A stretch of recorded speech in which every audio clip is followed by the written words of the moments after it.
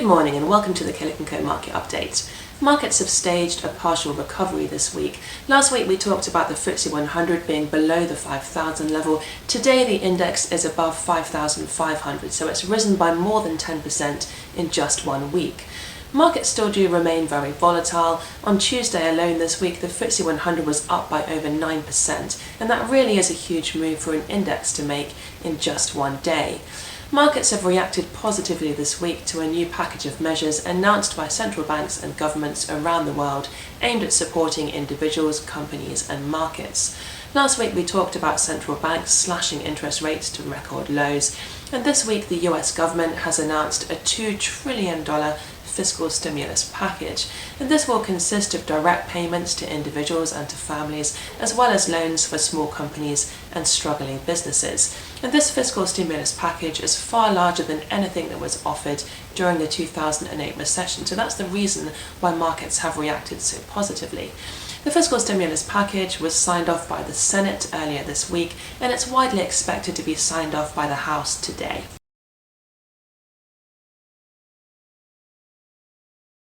Given the difficult market conditions that we're experiencing at the moment, a number of companies have taken the decision to cut or reduce their dividends in order to shore up their balance sheet. Clearly this is bad news for income investors, but arguably it is quite a sensible decision for companies to be making at such an uncertain time. Here we've got a few examples of companies that have recently announced cuts to their dividends. We've got Taylor Wimpey, a major house builder. At the moment nobody's allowed to go out looking at houses, and therefore the UK housing market is essentially on ice. Hammerson, owner of shopping centres, we're not allowed to go shopping, therefore Hammerson is struggling at the moment. Marks & Spencer's, retailer, again suffering because we're not allowed to go shopping. SSP is an operator of food outlets within airports and train stations. They're suffering because nobody's travelling at the moment. Whitbread, owner of Premier Inns, suffering again because no one's travelling. And finally Marston's, brewery and pub operator, suffering because pubs have been forced to close down for the foreseeable future. So not too surprising that all of these companies have taken the decision to cut their dividends. There is some concern that other companies within the FTSE will have to cut their dividends, particularly Royal Dutch Shell. Shell is the largest payer of dividends within the FTSE, and a number of investors hold the shares purely for that dividend, so there has been quite a lot of talk over the last couple of weeks about whether that dividend is sustainable.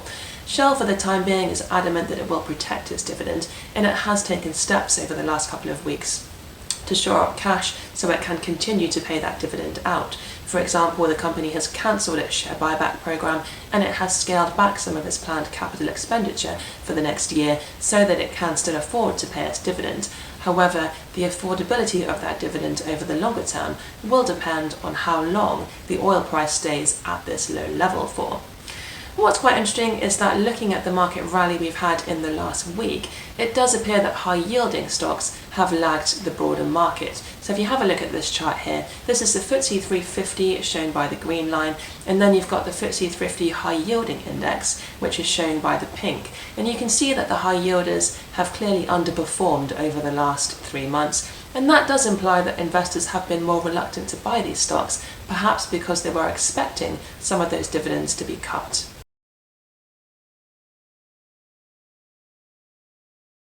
Let's try and end on a positive and look at some of the companies that could potentially be benefiting from the current situation.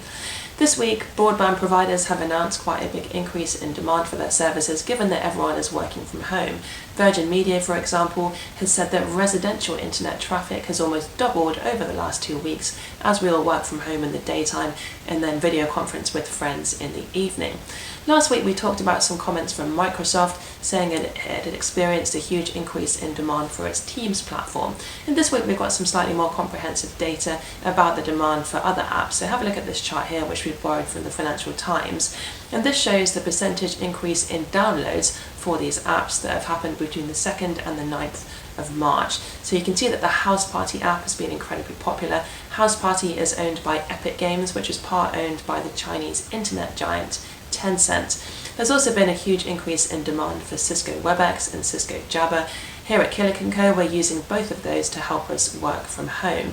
There's also been an increase in downloads of Skype, owned by Microsoft, and Hangouts, which is owned by Google. So all of these platforms will have been experiencing a big increase in demand because of the current situation that we're in. So there are definitely some companies that will be benefiting from the opportunities that this current situation has created. But moving on to the week ahead, very quiet in terms of companies reporting, but don't forget it's the final week of this tax year, so don't forget to subscribe to your ISA, contribute to your pension, and make sure that you use your capital gains allowance for this year. That's it from us. Have a great weekend, and we'll see you next Friday.